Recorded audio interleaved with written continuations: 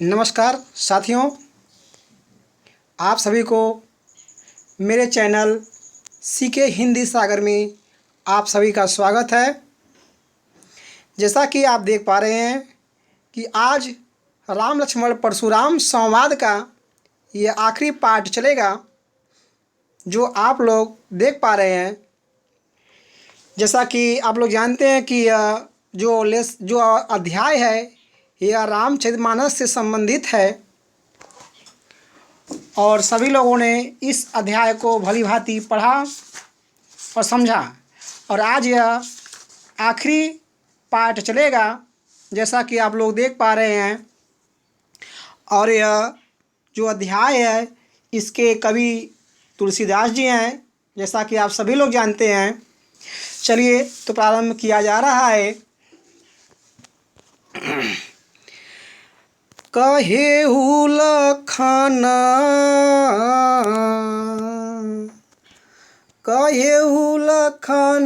मुनि सिलु तुम्हारा, को नहीं जान विदित संसारा।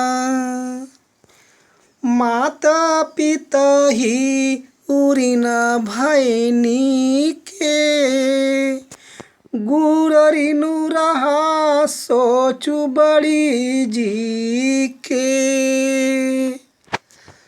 सो जनु हमारे ही माथे काढ़ा, दिन चली गए ब्याज बड़ बढ़ा।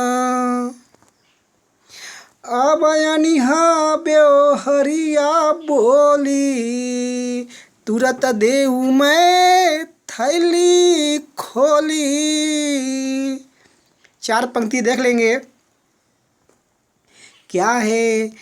कहेहु लखन मुनि सिलु तुम्हारा, को नहीं जान विदित संसारा।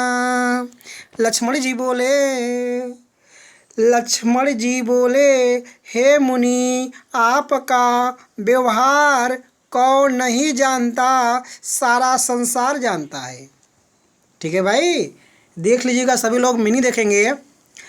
लखन कहेहु, लखन यानी लखन कहेहु यानी लक्ष्मण जी बोले।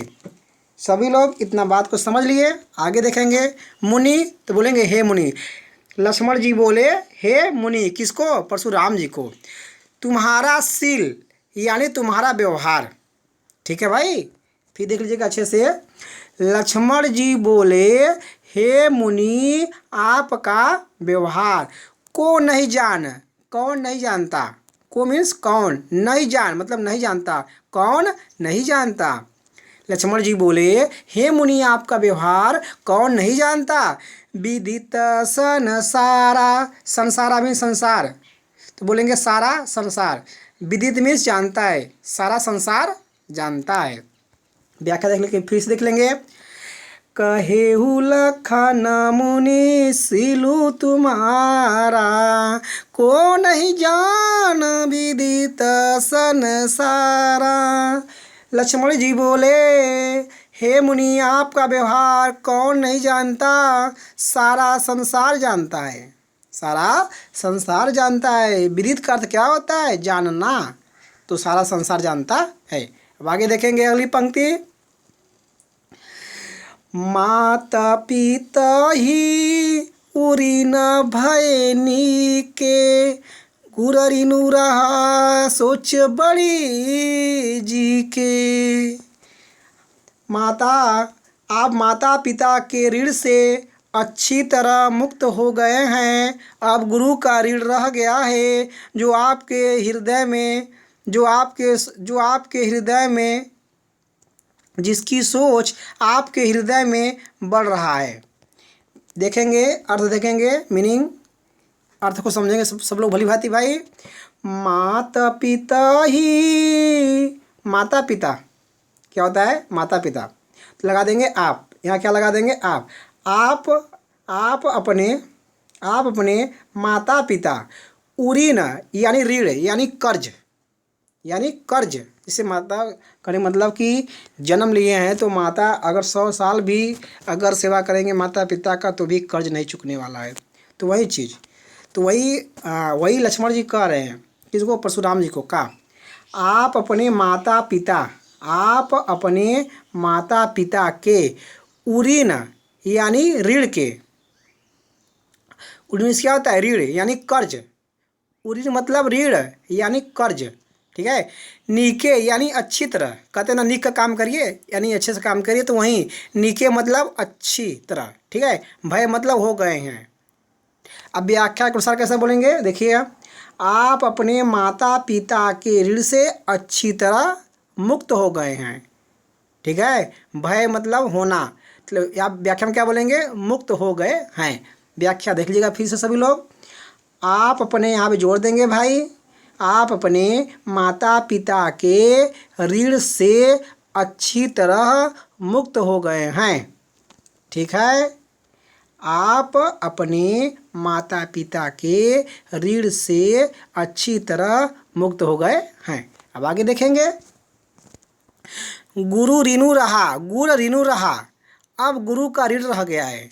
गुर ऋणु, गुर मतलब गुरु, ऋणु मतलब ऋण, रहा मतलब रह गया है, मतलब गुरु का ऋण रह गया है। तो व्याख्या हम कैसे बोलेंगे, अब केवल, क्या बोलेंगे, अब केवल गुरु का ऋण रह गया है, यानी कर्ज, अब केवल गुरु का कर्ज रह गया है, ठीक है। सभी लोग ध्यान देखिएगा, व्याख्या को समझ में आना चाहिए। व्याख्या तो सभी लोग पढ़ते हैं लेकिन समझ में आना बहुत ज़रूरी होता है भाई।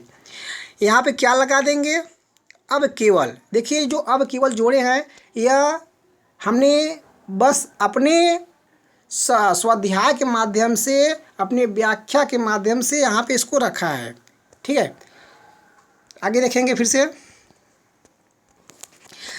क्या बोलेंगे, देख लीजिएगा फिर देखिए, अब केवल क्या बोलेंगे भाई, अब केवल गुरु का ऋण रह गया है, अब केवल गुरु का कर्ज रह गया है। चाहे ऋण बोलिए चाहे कर्ज बोलिए, दोनों एक ही होता है। सोच तो बोलेंगे जिसकी सोच, ठीक है ना, सोच है ना तो बोलेंगे जिसकी सोच। जी के यानी हृदय में, जिसकी सोच हृदय में, बढ़ यानी बढ़ रही है, जिसकी सोच हृदय में बढ़ रही है। कहने मतलब लक्ष्मण जी कहना चाहते हैं कि आप तो अपने माता पिता के कर्ज से मुक्त हो गए, अब रह गया है गुरु का कर्ज। वही बात, तो जिसकी सोच, किसकी सोच, गुरु के ऋण का सोच, गुरु के ऋण का जो सोच है वही, तो जिसकी सोच आपके हृदय में, जी मतलब होता है हृदय, तो आपके हृदय में बढ़ रहा है, जिसकी सोच आपके हृदय में बढ़ रहा है। व्याख्या को सभी लोग देख लेंगे फिर से गीत के अनुसार। मात पिता ही ऋण भैनी के, गुरु ऋणु रहा सोच बड़ी जी के। आप अपने माता पिता के ऋण से अच्छी तरह मुक्त हो गए हैं, अब केवल गुरु का ऋण रह गया है, जिसकी सोच आपके हृदय में बढ़ रहा है। आप आगे देखेंगे विद्यार्थियों, सो जानी हमारे ही माथे काढ़ा, दिन चली गए ब्याज बढ़ी बाढ़ा। कहने का मतलब क्या है, ऐसा लग रहा है जैसे वह हमारे माथे पर ही काढ़ा हो। कहने मतलब आप हमको मार देंगे तो आपके गुरु का कर्ज समाप्त हो जाएगा। कहने मतलब यह हो गया। कहते ना काढ़ा मतलब मढ़ा, काढ़ा बोले मतलब मढ़ा, ठीक है ना। कहते ना उसके सर पे मढ़ दीजिए, मतलब उसके जिम्मेदारी पे कर दीजिए, तो वही चीज़ काढ़ा मतलब मरना। और एक काढ़ा हुआ होता है जो लोग पीते हैं बना के, चूरा के पीते हैं, उसकी बात नहीं कर रहे हैं। देखिए जनु मतलब जानना, तो हम कैसे बोलेंगे, ऐसा लगता है जैसे, ठीक है ना। और वह मतलब सो में क्या होता है वह, तो ऐसा लगता है जैसे वह, ठीक है। देखिए जनु, इसका अर्थ क्या बोलेंगे, ऐसा लगता है, लगा देंगे जैसे। ऐसा लगता है जैसे, सो मीन्स वह, ऐसा लगता है जैसे वह मतलब कर्ज, ठीक है। ऐसा लगता है जैसे वह हमारे माथे काढ़ा, हमारे माथे पर ही काढ़ा हो। ऐसा लगता है जैसे वह हमारे माथे पर ही काढ़ा हो। ठीक है विद्यार्थी, सभी को अच्छे तरीके से आना चाहिए। अगर यदि आपको संदेह है तो फिर से देख लीजिएगा।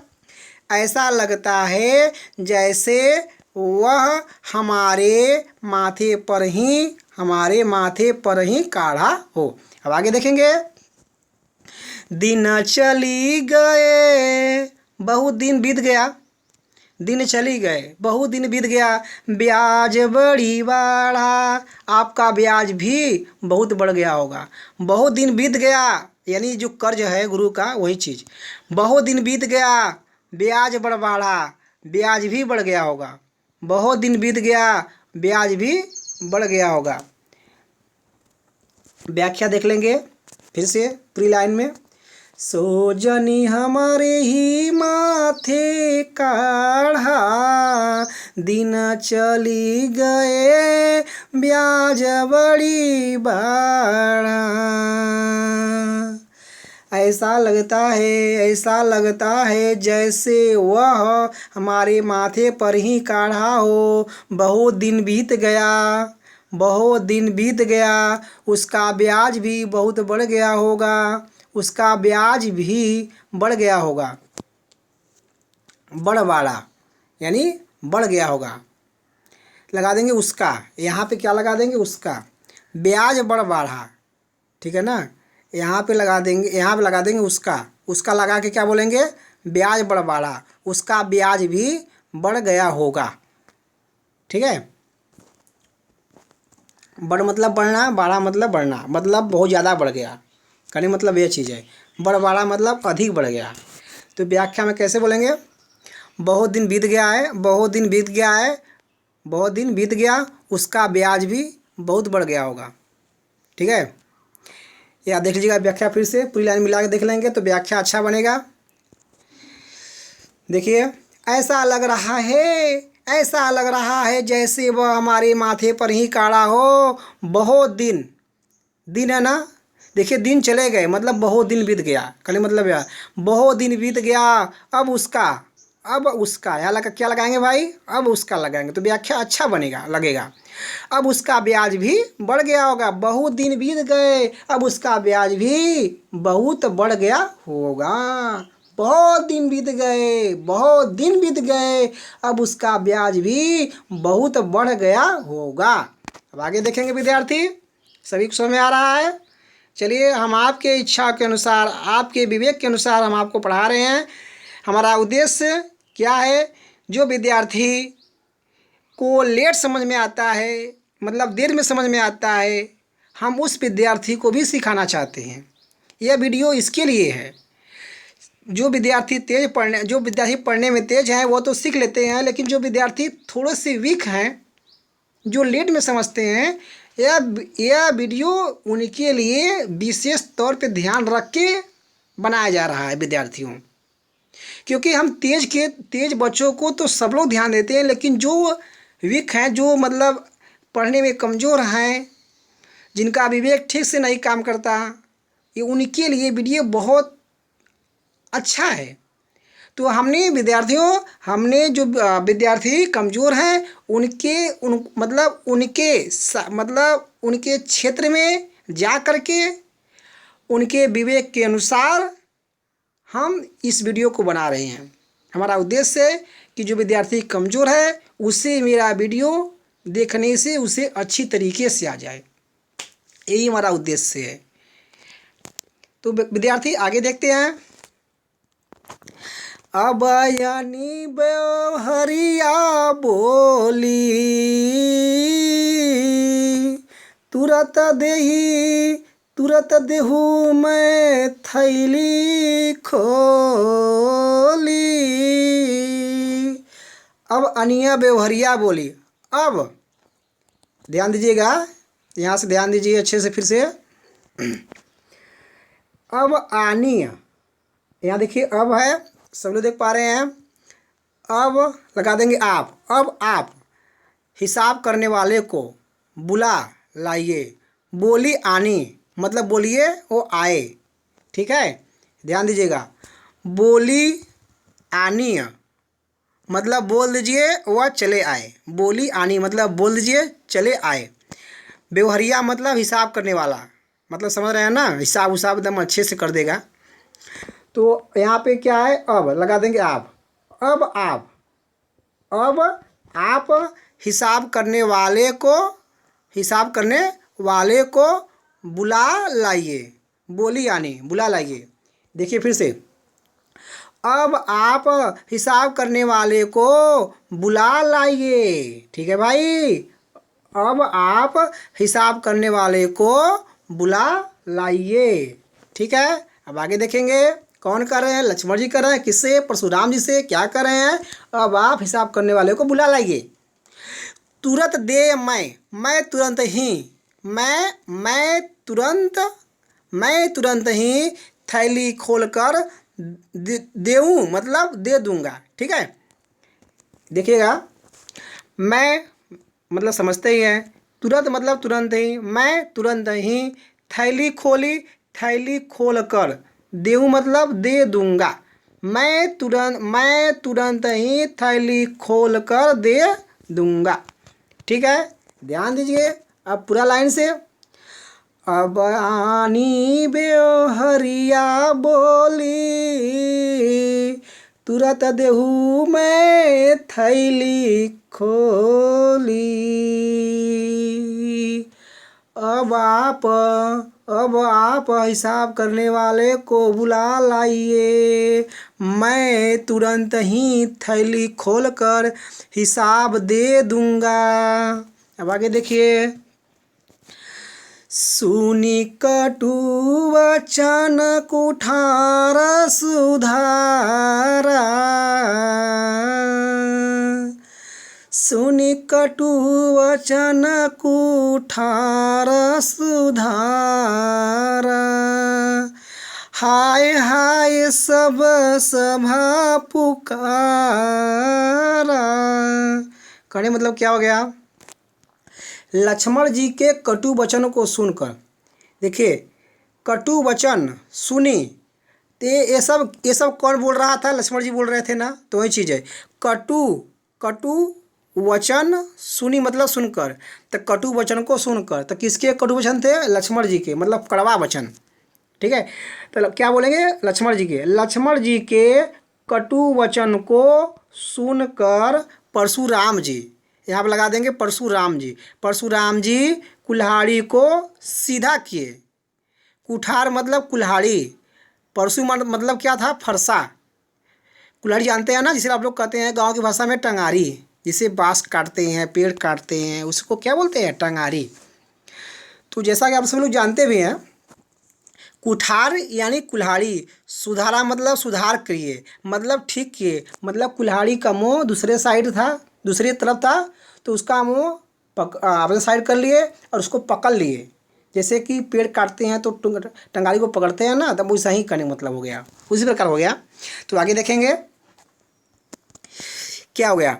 लक्ष्मण जी के, ध्यान दीजिएगा, कटु वचन सुनी, तो किसके? लक्ष्मण जी के कटु वचन को लगा देंगे को, लक्ष्मण जी के कटु वचन को सुनकर कुठार सुधारा यानी कुल्हाड़ी को ठीक किए। कौन? परशुराम जी कुल्हाड़ी को ठीक किए। लक्ष्मण जी के कटु वचन को सुनकर परशुराम जी कुल्हाड़ी को ठीक किए।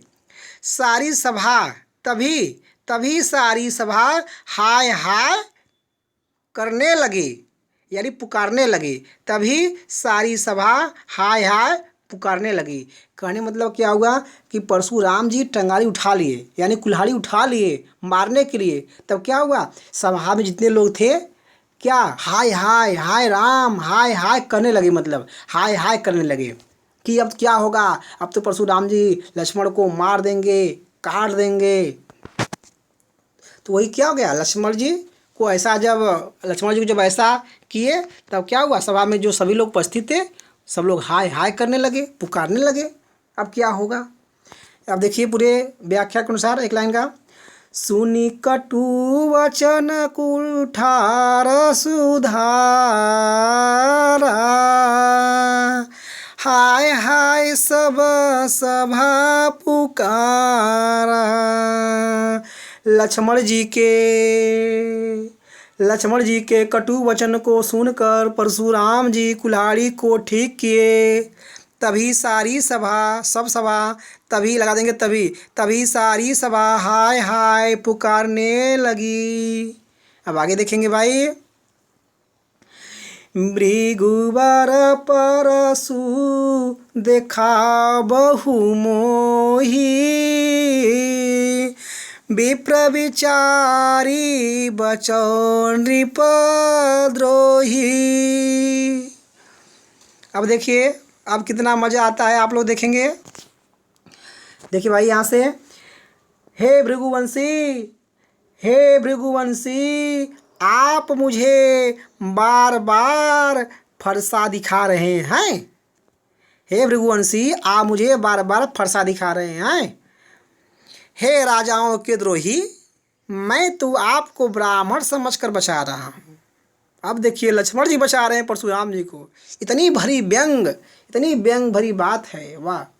देखिए भृगुवर यानी भृगु के श्रेष्ठ, यानी भृगु श्रेष्ठ कहने मतलब भृगु ऋषि के पुत्र थे। कौन? परशुराम जी।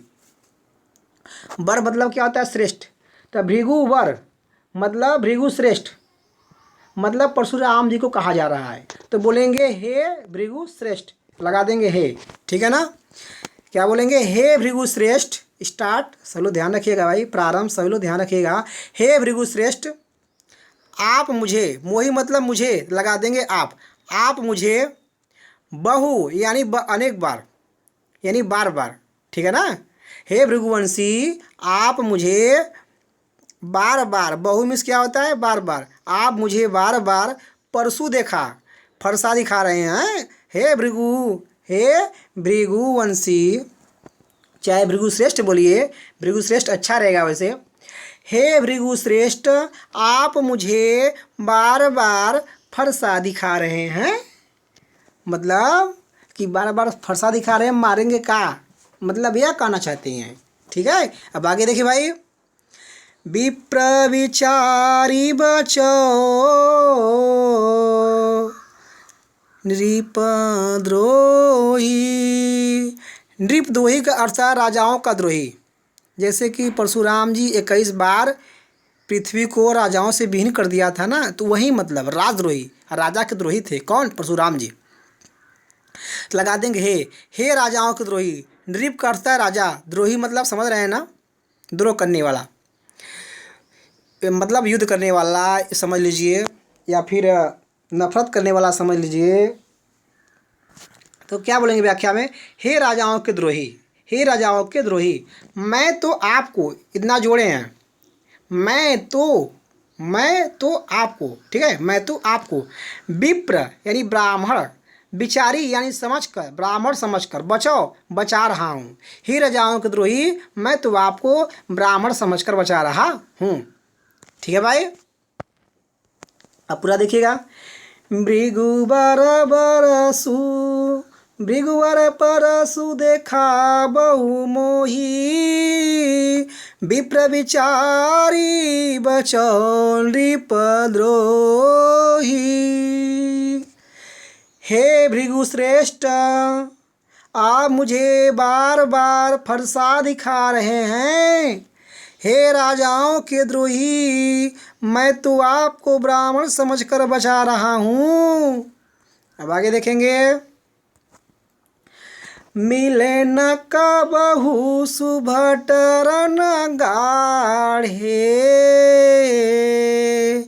द्विज देवता घर ही के बाढ़े। कहने मतलब क्या है? आपको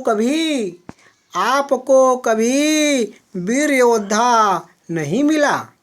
हे ब्राह्मण देवता आप घर में ही बड़े हैं, आपको कभी वीर योद्धा नहीं मिला।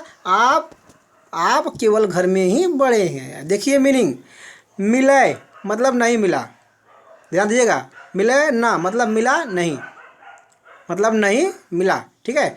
कबहू मतलब कभी, तो व्याख्या में क्या बोलेंगे, आपको कभी सुभट रणगाड़े वीर योद्धा।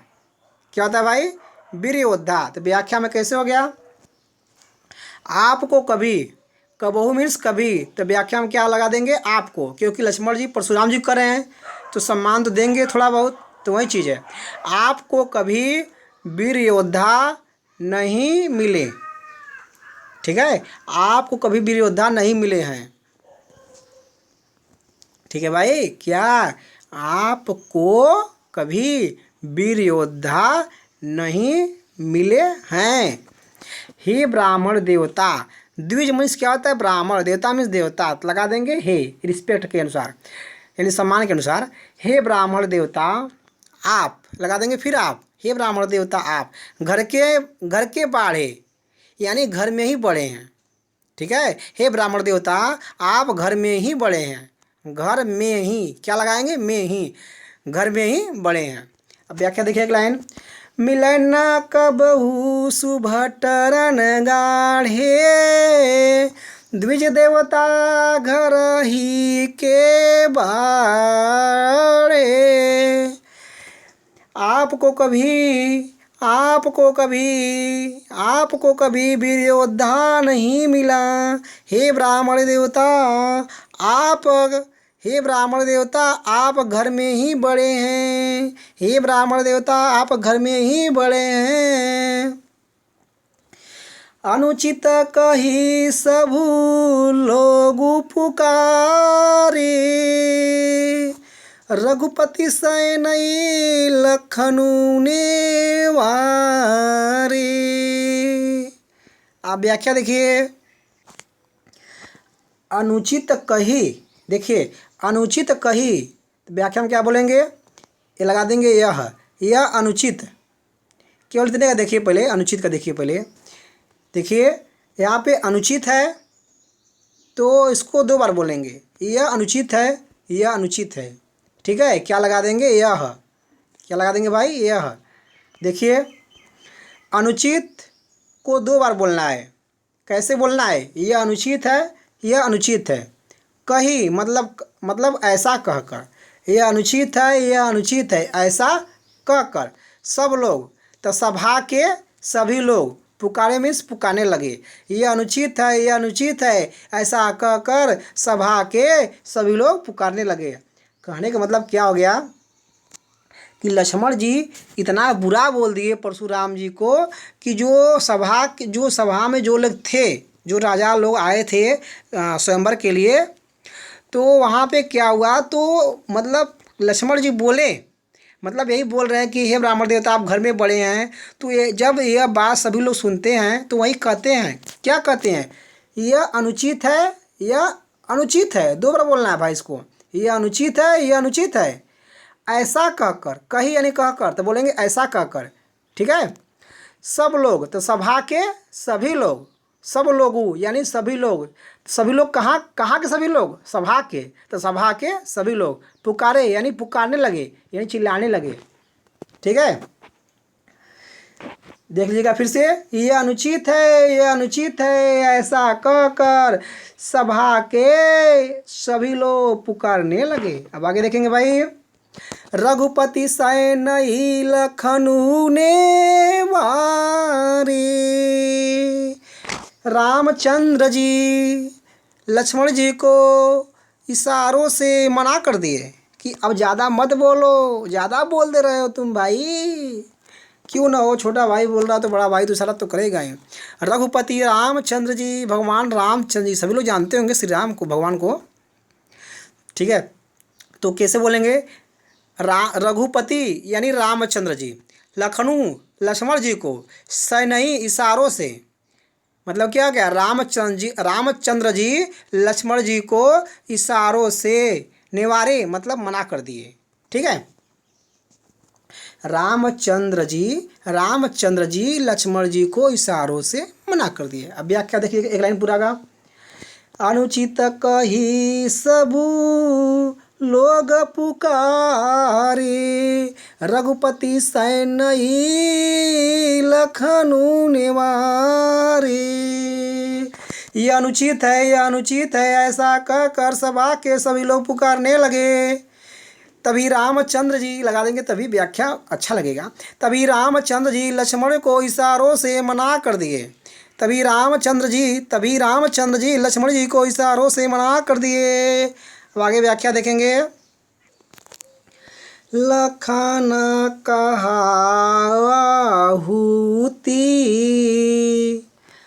लखन का, देखिए कहाँ नहीं उत्तर है, देखिए फिर से। लखन उतराहुति,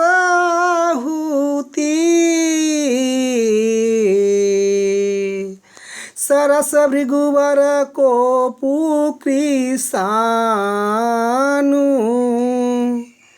लखन उतराहुति सरिस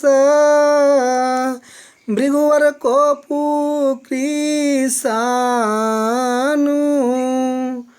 बढ़त देख जल सम बचन, बोले रघुकुल भानु।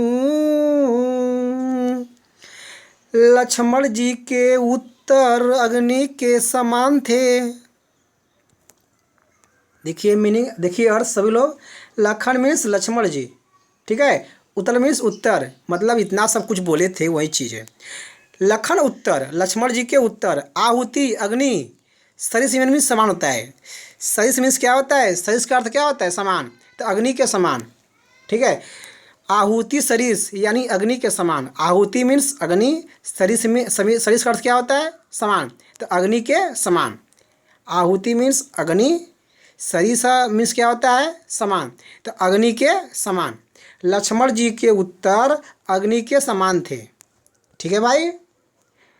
लक्ष्मण जी के उत्तर अग्नि के समान थे। अब आगे देखिए। भृगुवर, भृगुवर का अर्थ क्या होता है, भृगुवंशी, मतलब भृगु श्रेष्ठ। भृगु श्रेष्ठ, कोपु मीन्स क्रोध।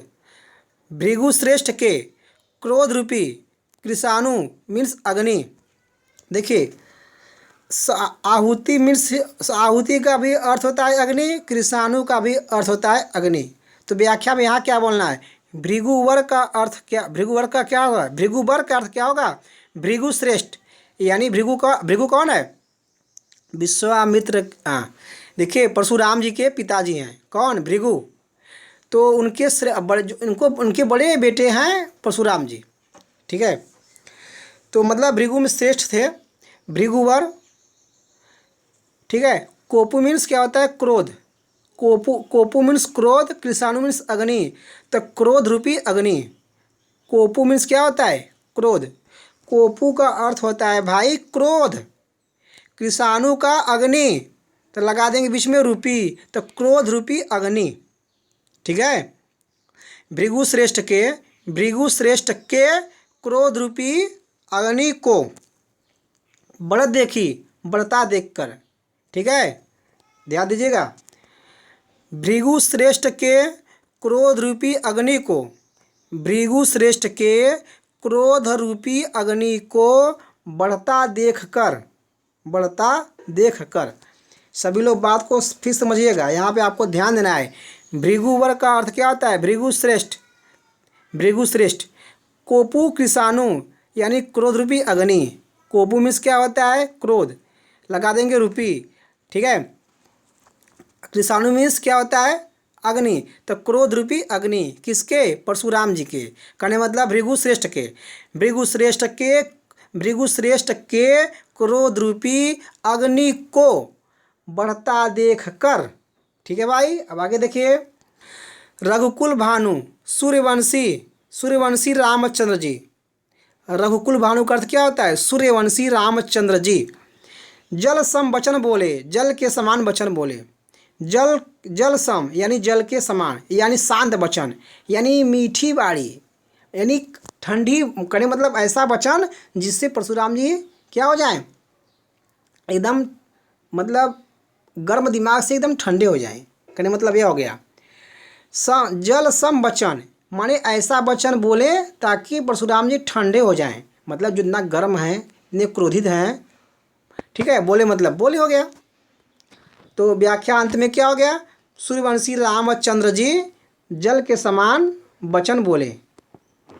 सूर्यवंशी रामचंद्र जी जल के समान वचन बोले। अब व्याख्या में सभी लोग देखेंगे आखिरी 2 लाइन फिर से। लखन उतर आहुति सरिस, भृगुवर को पुकृ सानु, बढ़त देखी जल सम बचन, बोले रघुकुल भानु। लक्ष्मण जी के उत्तर अग्नि के समान थे, भृगुवंशी के भृगुश्रेष्ठ के लक्ष्मण जी के उत्तर अग्नि के समान थे। भृगुश्रेष्ठ के क्रोध रूपी अग्नि को बढ़ता देख कर सूर्यवंशी रामचंद्र जी जल के समान वचन बोले। व्याख्या सभी लोग जैसा कि देख पा रहे हैं विद्यार्थीगण, आप लोग व्याख्या को अच्छे से दोहरा लीजिए जैसा कि आप लोगों ने भली बात इसको समझा है। एक बार आप लोग व्याख्या देख लीजिए, फिर से रिवाइज कर लेते हैं। देखिए आप लोग इस बार दोहरा देंगे तो जो भी संदेह रहेगा किसी भी प्रकार का, वैसे तो आप लोगों को आ ही गया है, जैसे एक बार फिर से देख सकते हैं।